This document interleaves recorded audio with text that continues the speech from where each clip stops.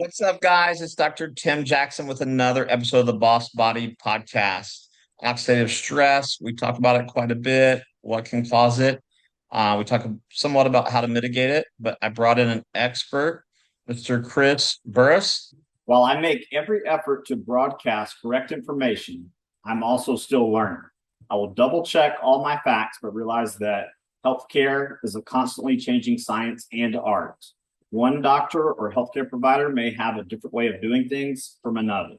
I welcome any comments, suggestions, or correction of errors. I take no money from supplement or device companies. By listening to this podcast or reading this blog, you agree not to use this podcast or blog as medical advice or to treat any medical condition in either yourself or others, including but not limited to patients that you are treating. Consult your healthcare provider for any medical issues that you may be having. This entire disclaimer also applies to any guests or contributors to the podcast or the website. Under no circumstances shall any guests or contributors to the podcast or blog or any employees, associates, or affiliates of the Boss Body podcast be responsible for damages arising from use of the podcast or the blog. This blog or podcast should not be used in any legal capacity whatsoever, including but not limited to establishing the standard of care in a legal sense or as a basis for expert witness testimony. No guarantee is given regarding the accuracy of any statements or opinions made on the podcast or the blog. All right, welcome to the show. Dr. Tim, thank you so much for having me. I feel like we're going to get super sciencey and geeky and then also make sure we're speaking to everybody in the audience. Absolutely. So tell us the difference between carbon 60 and ESS 60. Well, so let's start with what is carbon 60, right? So I'm holding up a molecule of a model. If you're listening, it's a podcast. So if you're listening, just imagine a soccer ball where the lines on the soccer ball represent the bonds between the carbon atoms. So you have a spherical molecule of 60 carbon atoms.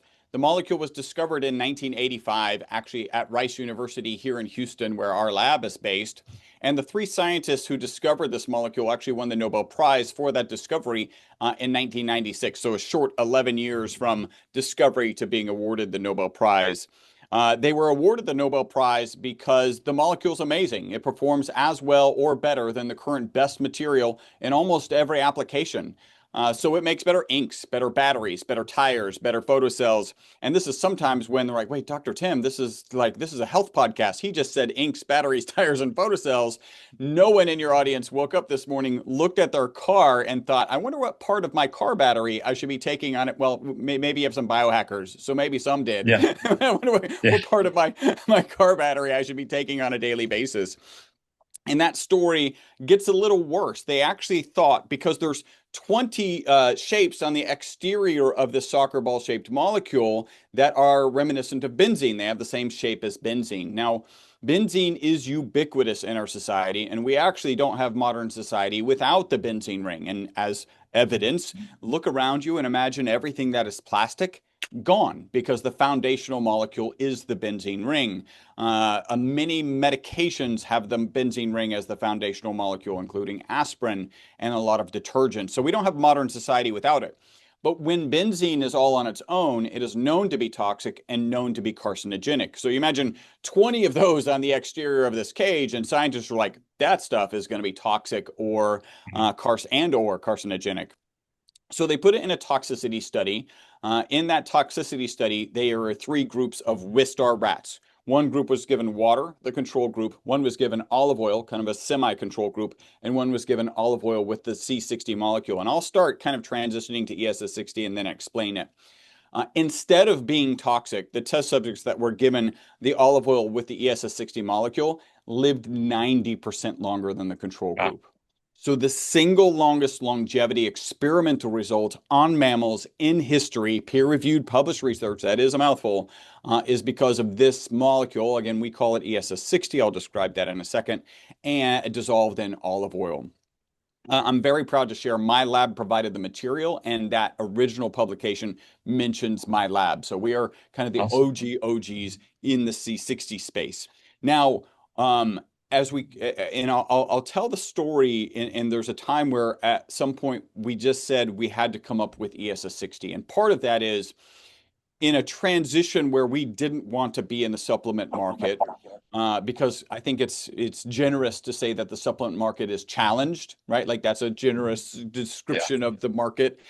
We didn't want to be there. We were very happy as carbon nanomaterial manufacturers and distributors, selling to research institutions around the world. And we knew that, well, in this time period where we're deciding not to be in the supplement industry, I actually found a research paper that showed that 50% of the supplements on the market didn't have in them what they said they had in them. So this research group had just purchased supplements off the market. 50% of them didn't have in them what they said they had in them. So when we decided to get in the market, part of the reason we did decide to jump into the market is because we looked at that paper and we thought this is going to happen to the C60 space, right? At least 50% of the supplements that are in the C60 space don't have in them what they say they have in them.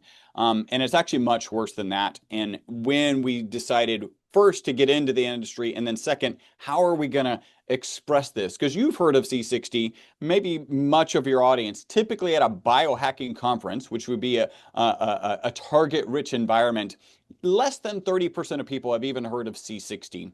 And so if I'm going to be talking about a new molecule, I don't want to throw people into this space where there is, at least 50% of the products don't have in them what they say they have in them.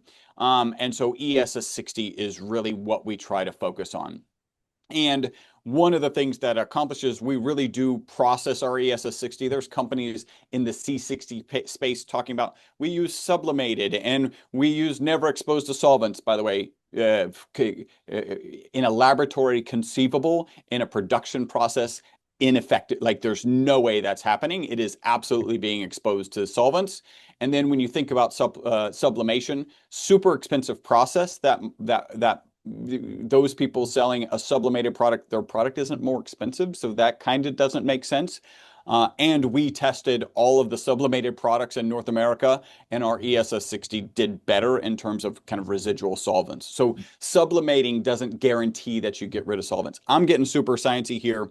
So, but I think that kind of wraps it up. Like ESS60, the way we think about it is C60 is for industrial applications, and there's Okay. peer-reviewed published research that proves that if you process it improperly, it's harmful. ESS60 is C60 that's been processed for people and pets. Perfect. And how long did you say you've been in the ESS60 space? Long Well, time? we've been manufacturing this molecule since 1991. So a full 5 years before they won the Nobel Prize. And it's kind of cool to think, to even suggest, because this is in the realm of possibility, that the fact that we were delivering macroscopic quantities of, at that time, carbon 60 to research institutions around the world gave scientists access to the material to test it, to understand how amazing it was, leading to the Nobel Prize, right? So I'm not claiming it, but I'm saying like we were involved in those Yeah. early stages before they even had the Nobel Prize. So it's pretty exciting. We brought this to market as so the publication where the rats live 90% longer was released in mid 2012. We started debating whether we wanted to get into the supplement space in mid 2013. Well, I'll share this with you. You'll like this. So mid 2013, we start getting phone calls from this crazy, wacky group of people called biohackers, right? And I can say that affectionately, because I'm now a biohacker. And they're like, hey, how much of this? I saw that rat study, right? The rats live 90% longer. How much should I be taking on a daily basis? And what my business partner and I heard was, hey, that stuff that you sell to research institutions around the world to put into inks, batteries, tires, and photocells, how much of that stuff should I be consuming? And I think just like the average person, we were, conservative carbon nanomaterial scientists. We were like, I think you should consume none of it, right? We actually added not for human consumption to our labeling. So think about that from 1991 all the way to mid 2013. We don't have not for human consumption on our labeling. We add it because of this study. And to be clear, the literature was clear this was safe. We were just super conservative carbon nanomaterial scientists. And between 2013, when we added not for human consumption to our labeling, and then 2018, when we really kind of said, okay, we need to jump into this industry, we were getting 2 to 3 phone calls per week. And they were, again, these crazy, wacky group of biohackers. And they're like, hey, Chris, they would say things like, my knee pain is gone. And we were like, you mean the knee pain of your rat? Because it literally says not for human consumption on the labeling. And Yep. they're like, yeah, yeah, yeah. Hey, if my rat weighs 275 pounds and does HIIT training on Tuesdays and Thursdays, should they increase their dose on Tuesdays and Thursdays? Right. And so that was kind of the story from mid 2013 until 2018. Okay. And so are there a lot of human studies that have been done to Yeah. date? So the reality is we're probably the only people. Well, I know of one other group that's actually driving research in the space. We are one of the few. You're familiar with the supplement industry. Most supplement companies don't do research. Even fewer actually publish that research. We published our most recent paper in May of last year.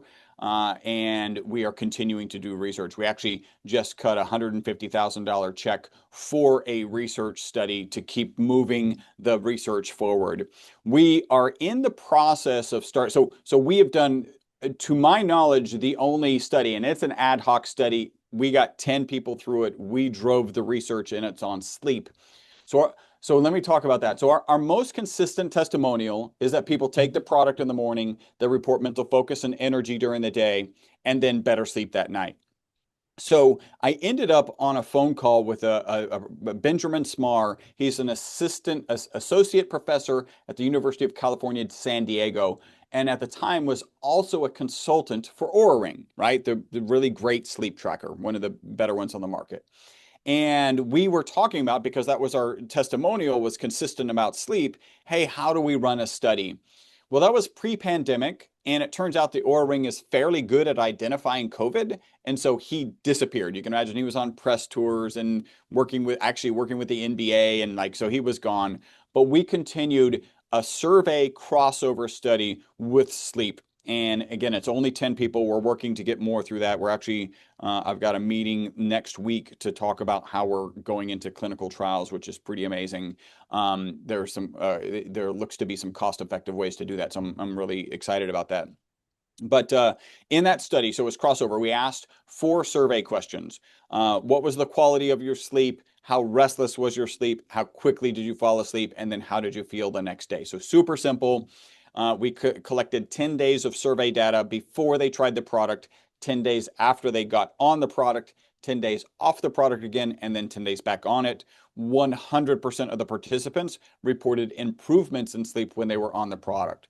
The next thing that we're actually in the middle of doing, it's an ad hoc HSCRP study. So HSCRP, right? High sensitivity C-reactive protein. It's an inflammatory marker. We have to be extremely careful when we talk about inflammation in general, but we can talk about specific markers. I had Dr. Lane Young came to me at the A4M, so American Academy of Anti-Aging Longevity Fest. We had a booth there. And he came up to me. We had had a conversation at Dave Asprey's Biohacking conference. And he said this, and actually he said it once, and I said, Dr. Young, you have to say it again and let me record it. And so I have a recording of it. And this is what he said. He said, Chris, I don't care if you're male, female, pre-surgery, post-surgery, cardiovascular disease, otherwise healthy. Your product will take elevated HSCRP numbers, and his example was a 9, and we'll talk about that here in a second, into normal ranges in 4 to 8 weeks. And normal in this case was 0.9. Anything under 1 is considered normal typically. And you do actually want that as low as possible. Additionally, it will improve HRV, so heart rate variability, and sleep by anywhere from 20 to 60%. So that pushed us into starting, so HRV, it's often used to assess cardiovascular health.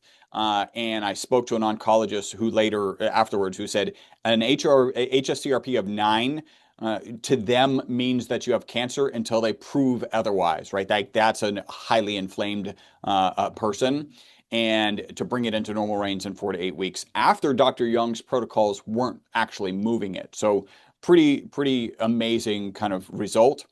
So we've got an ad hoc study. I think we've got about 5 people who have started the study. We're looking at, people with elevated HSCRP, get them product for 48 weeks, 4 to 8, not 48, 4 to 8 weeks, and then get them an HSCRP test to follow that up. So we're really excited about that. And as far as I know, in people, that's kind of the only stuff that's going on.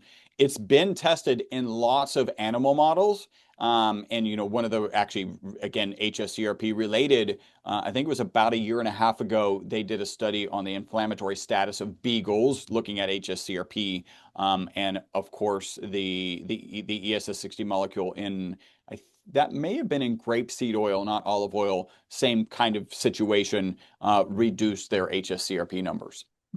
And are we talking about taking it with food, without food?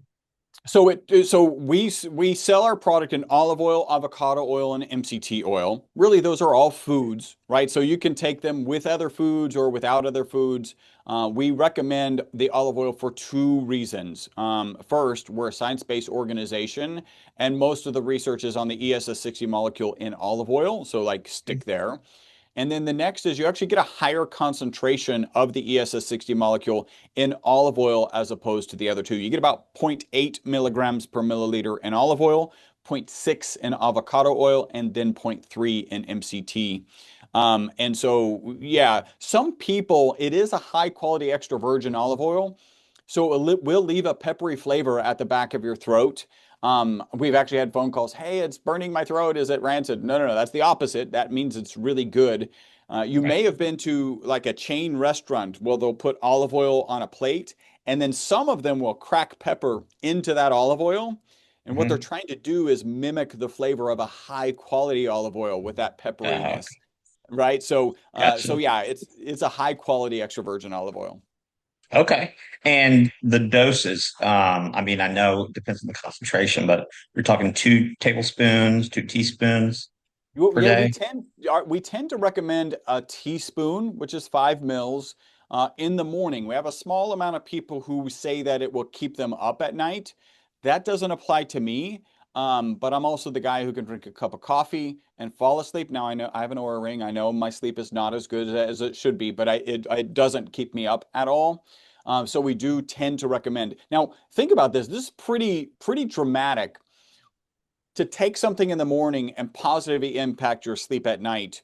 I'm not aware of anything that you can take in the morning and impact. I had somebody once suggest ashwagandha, and then I Mhm. later ended up speaking with an Ayurvedic kind of expert, and they're like, "Yeah, ashwagandha will work, but you got to take it in the morning for the energy, and then you have to take it again at night for the sleep." Like, so it's a unique molecule, but it is not something you take in the morning and positively impact sleep. I mean, we do know things like exercise. If you exercise in the morning, that'll help you sleep that night. If you get exposure to the sun in the morning, get your Right. circadian rhythm in line with the rising and falling of the sun, you'll positively impact your sleep that night. But to take something is pretty dramatic to positively impact your sleep.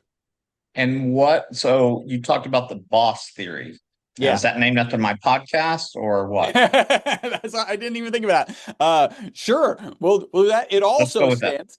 Yeah. It also stands for buffering oxidative stress system. Actually, I'd like if you'll indulge me to kind of walk through my process. So, in 2018, we finally decide. Well, what happened is a guy with a big YouTube following started talking about all the benefits he was getting taking it on a daily basis, and our phone went from those 2 to 3 kind of crazy, wacky phone calls a week to 10 phone calls a day. And our serious consideration at that point was one, this is an entrepreneurial opportunity bigger than we kind of realized and kind of pushing us in the supplement space. Two, we looked back to that research paper and we thought there would be fraud in the space. We're a unique lab. We're the oldest and longest manufacturers and distributors of the molecule on the planet. We're mentioned in the original study. We have the lab, we have the equipment, we have the know-how. We've been delivering, these research grade materials for at this point it's 34 years. Mhm. And so we really should get in the industry. And we asked ourselves two questions. The first question is a moral question. Are we comfortable selling it? I take it, my wife takes it, everybody on our team here takes it. By the way, it's not a requirement to work here. Like we don't make you take your dose as you walk in and here, clock in and take your dose. But you know, our whole team has access not just to the research, but also to the testimonials that are pouring in, you know, and some of those for FDA reasons we can't even share, which, by the way, I think is the right approach. Like you've got to be careful about those things. And I think the FDA is in the right spot on at least that thing. Yeah. um, at least that one. So we get into the market, and my role kind of shifts from chief scientist of a carbon nanomaterial manufacturing business to chief scientist of a supplement company. And I start digging into what might be the reason for this life extension in these particular Wistar rats. And the first place that I landed, and also for all the testimonials that we're already getting, the first place I landed was on sleep, right? If you improve sleep, you will improve your physical, mental, and emotional well-being. Sleep is a pillar of health. I'm sure as you're working with clients, you're assessing how good or bad they're sleeping and kind of coaching them. Please get better. If you only did one thing, yeah, there you go. If you only learned one thing from me, getting a good night's sleep would just radically change your life. So that's where we landed first. The next place is I was kind of looking at how the medical community thinks about aging, right? And they tend to think, not everyone, but they tend to think of it as an oxidation and an inflammation process. And from an oxidation perspective, there's an ad hoc study on the web showing us to be 172 times more powerful than vitamin C. There's peer-reviewed published research showing us to be 125 times more powerful than vitamin C. So I'm in Texas, so we like to put a big old check mark on antioxidant. When it comes to inflammation, I've already kind of mentioned, but we'll get into some more details here. The FDA is very particular when you're talking about inflammation because the FDA equates discussions of inflammation with the diseases of inflammation, which are also the diseases of aging. So that includes arthritis, Alzheimer's, cardiovascular disease, cancer. So if I come on the Boss podcast and I say, hey, we address inflammation, what the FDA hears is me claiming we cure cancer, arthritis, cardiovascular disease, Alzheimer's. We are not making that claim. Like there's so much research and investment that would need to go in order to be able to make that claim. What the FDA will allow us to say is we address inflammation at least as it's related to exercise-induced inflammation. So we've all had a tough workout or maybe just walked farther than we normally do and woke up and felt that inflammation in our bodies. We absolutely can say we address that type of inflammation. Right. And then you And asked about the boss theory, but you go ahead and then I'll hop into the boss theory. no, go ahead. Yeah. Go ahead. Let's go. So then where do we land? So that potentially is a good explanation addressing oxidation and, you know, at least inflammation as it relates to exercise. We'll go with that. Kind of is a good explanation for this kind of longevity piece. Now all the other testimonials, what's really driving here? And that led us to our boss theory. For us, it stands for buffering oxidative stress system. So we know from peer-reviewed published research that this ESS60 molecule gets into the mitochondria.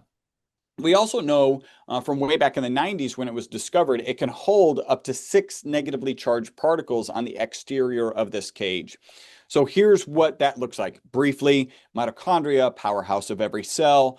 There's between 50 and 5,000 mitochondria in every cell in your body, except for your blood cells, which have 0, and your brain and neurons, which have 2 million. That's amazing how much energy our nervous system uses relative to all of our other systems. Yeah. Like every power source, there are negative byproducts. You think about your car going down the road, you have exhaust. You think about a power plant, you have smoke coming out of the smokestack. In the case of mitochondria, it's reactive oxygen species. And internal to the reactive oxygen species, you have glutathione and melatonin, typically to manage those reactive oxygen species. But what happens when you stress a mitochondria? Like, well, first, how do you stress a mitochondria? I like to joke, you live in this modern world and then you have stress mitochondria. Like that's, you know, a tough workout, an airplane flight with extra EMF, too much sun, smoke, smog, smoking, drinking, a tough email, a tough conversation with a loved one, stresses that mitochondria. It starts producing more reactive oxygen species than the glutathione and melatonin can manage. And that's where we think this ESS60 molecule comes in. And by the way, the way I think about reactive oxygen species, I think of them like little bumper cars, Mhm. rusting everything they bump into, right? Like causing oxidative stress, oxidative damage, and ultimately inflammaging, right? Like Right. that's that combination. So what this ESS60 molecule does is hold on to those reactive oxygen species so they can't run around like little bumper cars. And then when that mitochondria replenishes the glutathione and replenishes the melatonin, then they can come in and handle them appropriately. So I've got a fun analogy, and you might agree. All biological analogies really should start with Mardi Gras. Like a lot of biology happens at Mardi Gras. So it's the end Yeah. of Mardi Gras, and you have these drunk reactive oxygen species running around, oxidating stress, oxidative damage, inflammaging. Yeah. You have the New Orleans Police Department, the glutathione and the melatonin. They come on to Bourbon Street, handcuff themselves to those reactive oxygen species, and get them off of Bourbon Street. But what does the New Orleans Police Department do when they're overwhelmed? They take those reactive oxygen species and they stick them in a paddy wagon. They attach them to the exterior of the ESS60 molecule so they Yeah. can't do any damage. And then when that New Orleans Police Department can replenish the glutathione and melatonin, they can then handcuff themselves to those reactive oxygen species and get them off of Bourbon Street. And so that's why we say that the ESS60 molecule is the boss buffering oxidative stress system. And I think a good kind of summary is we believe that we're reducing the negative impact of stressed mitochondria. And if you can do that, you should have head to toe testimonials. And that's in fact what we do. We have head to toe testimonials. How does it compare to something like molecular hydrogen? Well, I think there's a lot of parallels. So one of them is it's a selective antioxidant, right? So I mentioned this holds on to negatively charged particles to get kind Mhm. of more into the boss theory. Um, as the mitochondria is producing energy, it's producing both negatively and positively charged reactive oxygen species. I mean, this is good because we'll get kind of even more in depth. It Mhm. turns out you don't want to block all reactive oxygen species because they're a signaling molecule. Right. They're an important signaling molecule. But when you dive into the research, it turns out that the negatively charged particles do more damage and less signaling, and the positively charged molecules do less damage and more signaling. So the fact that the ESS60 molecule holds on to the negatively charged particles, you call that a selective antioxidant. And hydrogen is also known as a selective antioxidant. I think one of the challenges with hydrogen is it's so small it can just permeate and get removed from the body really quickly. Whereas the ESS60 molecule, the research suggests it's about 10 days. Our testimonials also suggest so as an example, my business coach, the way he describes it is for 50 years, I needed an alarm clock to wake up. When I started taking the ESS60 molecule, I wake up before the alarm clock.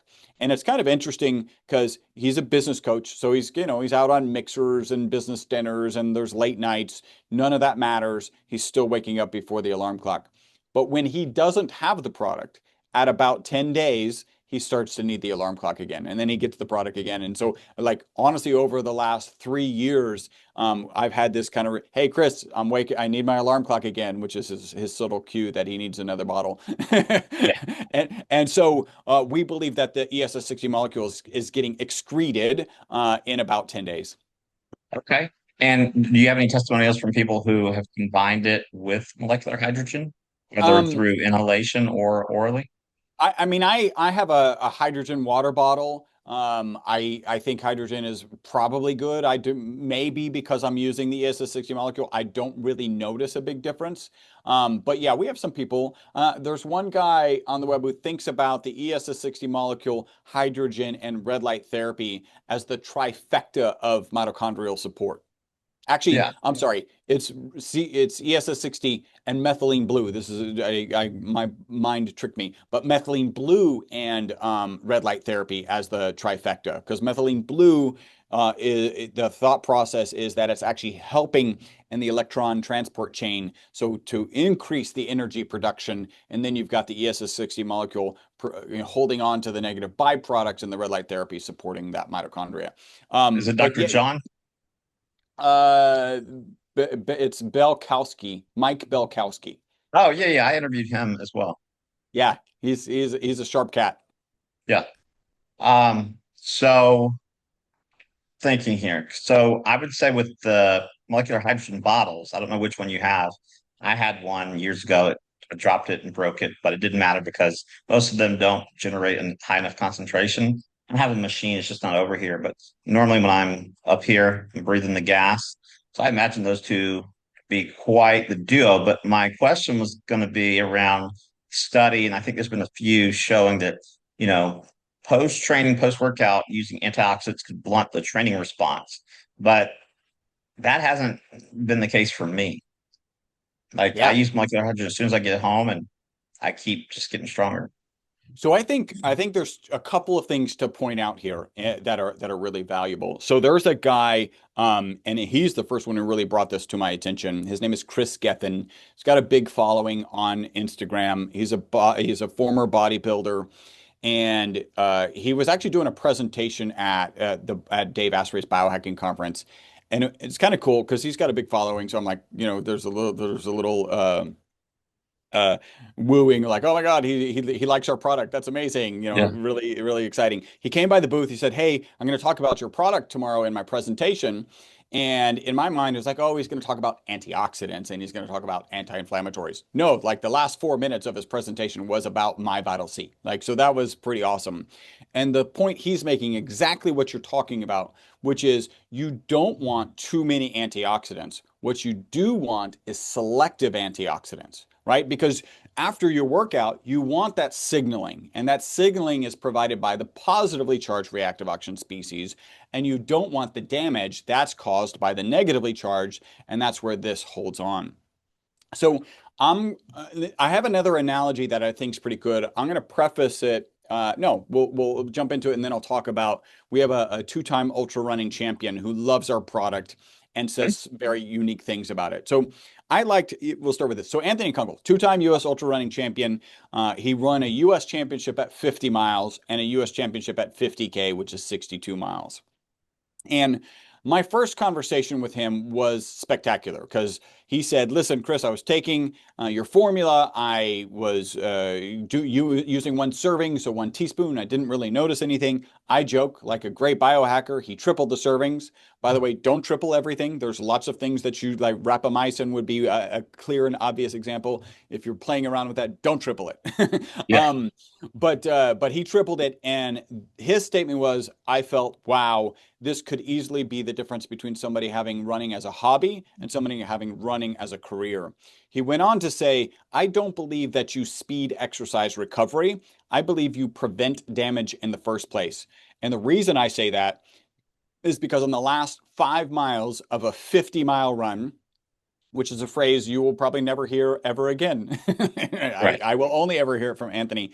Where strength and stability used to be a problem, they're no longer a problem. And here's what I think, here's the analogy that I think helps that land, which is stress is actually good for us, right? Like you're stressing, you're doing tough workouts. That's good. If we don't have stress, we just turn into a pile like an amoeba. It's like horrible. If you don't really believe that, think about astronauts going into space, and when they come back from space, their health is a dumpster fire. Their bone Right. density is decreased, their immune system is compromised. So stress is good. I like to picture our physiology like a beautiful prairie, right? With prairie flowers and grasses waving. And stress is that rain, that gentle rain that's providing the right amount of stress for that prairie to thrive. And when you Mhm. stress, right? When you stress that mitochondria, it's like a deep, dark cloud over that prairie, pouring water like a faucet. And when it Right. impinges on the prairie, that's going to do damage. And that's where I picture the ESS60 molecule like a sponge between that dark cloud and the prairie, absorbing that water. Now, it's important to note, if you don't do anything about that stress, eventually the sponge is going to fill up and start Right. pouring on the prairie again, right? So this is a mitigator, it's a buffer. It's not like it just doesn't magically make stress disappear. Then when you get rid of that dark cloud, right? So when Anthony's done with this 50-mile run, then he has the ability to kind of gently squeeze this sponge or excrete it, either way, onto that prairie. And I think this is where hydrogen, one of the challenges is it would be nice to have it in your system while you're training. right? And my understanding is that hydrogen gets out of, escapes your body pretty quickly. So it does its job. And if it's bonded to something, obviously it's staying, but it gets out of your body pretty quickly. It'd be nice to have a little bit of injection of hydrogen while you're doing it. And I think Right. that's where this ESS60 molecule in workouts might pan out to be better, because it's, if you think about that dark cloud, the hydrogen isn't there yet, right? So it's done some damage, and maybe there's still lingering stress, and then you add the hydrogen and you mitigate some of that, but it'd be best to have it while you're actually working out. And are there, so like, with NAD, if you're not taking CoQ10 concomitantly, you're shooting yourself in the foot because they're cofactors. Are there cofactors that go with the ESS60 where you say, oh, you got to have some of this along with it? At this point, we don't have cofactors, and we don't have any kind of contraindications with any other supplements or any other medications. Obviously, if you're on kind of a very important medication, have a conversation with your physician. That might be a challenging conversation because he or she is probably not going to have heard of this molecule, but that's probably worth doing it. We've got tens of thousands of people with all sorts of conditions taking the product on a regular basis. It's kind of interesting. We just shift over to Shopify, and Uh-huh. that's caused me to be like more hands on the website and orders and everything. And it's just fascinating. I was taking screenshots this morning. We have people with 93 orders. We have people with like 70 orders. Like these are, and I've got this kind of a fun testimonial. And you may have interviewed him. There's a guy, Kyle Zagradowski. I'm pretty close on that one. Oh, thank He's with OsteoStrong. So Okay, I've heard of yeah, OsteoStrong is a franchise. It's at least across the country. I think it's in some other nation, so it's a global franchise focused on building bone density with some really cool isometric technology. And I got a chance to interview him, and then sent him some product. And he shared later that his son brought home two puppy pugs. One was the runt and shouldn't have been brought home. The other one was brought home. Um, and the runt was in really bad shape. So apparently they took it to the vet. It had some kind of water on its brain. It was basically running in circles only, could barely eat because of the tremors. 2 days after he got the pup, he got our product, was started giving it 3 doses per day. At the time he gave us the testimonial, he said the dog was 80% better. The vet said, basically, this is a miracle. And I tell all that story to share that, well, one, what's interesting is there is no placebo effect in this situation, right? With humans, there is. With pets, there isn't. It's one of the reasons I love pet testimonials. But what Kyle said is, I will never not take your product, right? Just because of what he saw. And he's in the health space. So he knows like what he's looking at and what positive impact it might be having on people. Well, I'm a pug dad, so I'll definitely be getting some for Stella. She's already, eating the farmer's dog and reverse osmosis, remineralized water. It's structured. So this is the obvious next step in my dadage activities, for her. How old is she? She is 4, she'll be 5 in September. Okay. She's most people ask me if she's actually a pug because she's fit and she's fast and she's athletic. But yes, she has two curls in her tail. So the more curls, the more pure the breed. Oh, I But didn't know yeah, that. yeah. And so I'll definitely be getting some for her. And that's, it's kind of like chiropractic. I'm in South Carolina, in the upstate of South Carolina. There's a lady who only adjusts dogs. And there are testimonials on video, dogs coming in and they can't put weight on their rear legs. Two adjustments, and they're walking like there's still some residual deficits, but they're 70 to 80% better. Yeah. And again, pets are amazing. One of my favorite testimonials, partly because it includes arguably the worst testimonial about a supplement that you will ever uh, is Gwen. She's the largest distributor here in Houston, and she originally wasn't going to try the product. She just bought it for her Shih Tzu. Gave it to her dog, noticed such a profound difference in her dog that she was like, I need to take this. And again, there's no placebo. The dog doesn't go, oh, I got my dropper of oil today, so I'm going to have more energy and sleep less or whatever. Right. So she took it, I interviewed her, and in that interview, she shared, at the 3 month mark, if you had asked me if there was any difference taking the molecule, my initial response would have been no. But then I took stock of my life and I was like, hey, I'm working later, waking up earlier. I was never a morning person. And then, arguably, the worst testimonial about a supplement ever, I cleaned my garage. So we don't use that in any marketing material, but it also, like, that's a big Herculean task, right? And some of it Right. may be the emotional baggage that might be in the garage, or just a mess, and you don't want to, it's an all day thing. So yeah, again, the pet testimonials are the things that we really like, and yeah, Gwen I like her testimonial. Can you, I mean, do you just squirt it in their mouth with a syringe, or what's the best way to? Yeah, you can put it on their food, and Okay. cats are a little persnickety, right? Like they'll often will take them a while to eat it. I'm pretty I don't know, austere in these things, and I'll just, like, okay, if you're not going to eat it, I'm just going to leave the food there, and then they will eat it. But once they get used to it, then they want it. Like, we've actually had people submit videos of, like, a big Labrador who you would think food's flying everywhere. They drop the food in, the dog's like looking, it's like, it's not done yet, and then they Yeah. put the dropper in, and then they go to town. So they really appreciate that, and there's something really instinctual there, which is like, that stuff's really good for me. Make sure that you put it in my food. And so the taste doesn't, prevent them, most No, dogs. most dogs will lick up olive oil. Okay. Yeah. Awesome.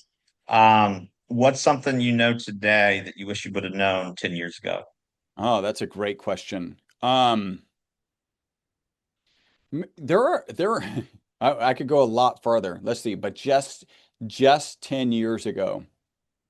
Yes, increased protein consumption. So I've been able to put on about 5 pounds of muscle mass. I'm 56 now. So that is, if you look at the curve, there's no part of the curve that has a little blurb up. It's Right. all, the sarcopenia is all downhill. But I think that's because people just don't work out. They just aren't motivated to do things. And I certainly went through a phase of that and have totally shifted. But I did not really in any way. Not even, not substantially, not in any way changed my workout routine. I dramatically increased my protein consumption, and I've been converting fat to muscle, and I would say about 5 pounds of muscle in the last year or so. Good for I you. wish, yeah, I wish I was doing that a longer time ago. 10 years ago, I mean, I would have a six pack already, because that's Yeah. my goal, right? Is I haven't had a six. I've been a professional athlete at different times, but I've never Which really had a sport? six. Soccer, yeah, Okay. Awesome. I played competitive soccer through college and coming out of college, so it was a amazing time. I went to Wake Forest, so we had, really good men and women's soccer teams. Oh, very cool. Yeah, And actually, there was a guy, he's a medical doctor now, integrated medical doctor, but he had a perfect score in the SAT, and he was the starting, I'm not sure what position, but he was a starting player on the men's soccer team, Division One. he had to be a midfielder because intelligence in the midfield, like, is really where it's at. I'm slow, right? So it's a very, it's a reason there was no way I was ever going to play full professional. But my vision of the field was always like top notch, and my touch is really good, but the vision just changes how you can play the game. And so if you're Yeah. smart, like, he was probably center mid, or Yeah, I at least was right more on the focused on the women's soccer team, so for selfish reasons, right? But we're gonna put up all your links. People can find you at myvitalc.com. Well, I'm going to make a special link for your audience. Okay. So we'll do myvitalc.com/boss body, right? Okay. And we're going to offer a $15 coupon It's there, Okay. there's a code on that page. So you got to go there, myvitalc.com/boss body. There's a $15 off coupon. There's a couple things that I'll share there. Like I mentioned, get the olive oil if you're interested. Well, let me share my routine. My typical routine is I kind of like a bulletproof coffee kind of thing, right? Which is normally a high quality coffee, some ghee, and some MCT. I get rid of Hmm. the ghee. I actually don't like the taste that much, and I don't want all the calories. But Hmm. I do put our MCT in my coffee. While that's blending, that's about a teaspoon and a half. I take a teaspoon and a half of our olive oil product. But if you're just trying things out, go for olive oil. Okay. We do offer like a 25% discount on subscription. So go, Okay. even if you just want to try it once, go on subscription. Our customer service team has 1,000 five-star reviews on Google. They're not trained to talk you out of canceling your subscription. They're there to help you, and they do an amazing job. Also, if you have any kind of technical questions, Sure. they do really good. When you land there, I do actually, so I did a longevity summit, interviewed 55 experts in longevity, Ben Greenfield, Stephen Gundry, Dave Asprey, and I compiled 18 biohacks from all of these experts. And so there's a Okay. freebie that you can get. It's a PDF Oh, that you awesome. can get when you go there. And then I'm going to share one last thing. So I have a book, well, probably two last things. Live Longer and Better. So your journey to living longer and better has never been more achievable than today. It's the story of the molecule, its discovery, its kind of transition into longevity, and also kind of my learnings in the longevity space. I have a charity piece to it that I love. So you can buy this on Amazon for 20 bucks. If you go to our website, you can also get it for 20 bucks. By the way, it's not on your landing page. So it's not on myvitalc.com/boss buddy, but go there, Okay. grab the coupon code, go to the menu structure, find the book. Again, it's $20. For 10 extra dollars, I'll autograph that book for you. Okay. 100% of that $10 goes to Operation Underground Railroad. You may remember the movie The Sound of Freedom, which is a Hmm. great movie about a horrible topic, childhood sex trafficking, which should be off of our planet yesterday. Operation Underground Railroad is doing an amazing job doing that. So 100% of that fee goes there. And then also, if anybody's interested, I do have a podcast. It's called Live Beyond the Norms. Okay. So go check out that podcast. And thank you so much for having me, Dr. Tim. Yeah, absolutely. We really appreciate your expertise, and that's great that what you're doing with you said underground, Project Underground. Yeah, yeah, it's Operation Underground. So our OUR Operation Okay. Underground Railroad. Okay, wow. That's amazing. Keep up the great work, and we'll have you back on in the future for some updates. Thank you, Dr. Tim. All right, have a blessed day. You too.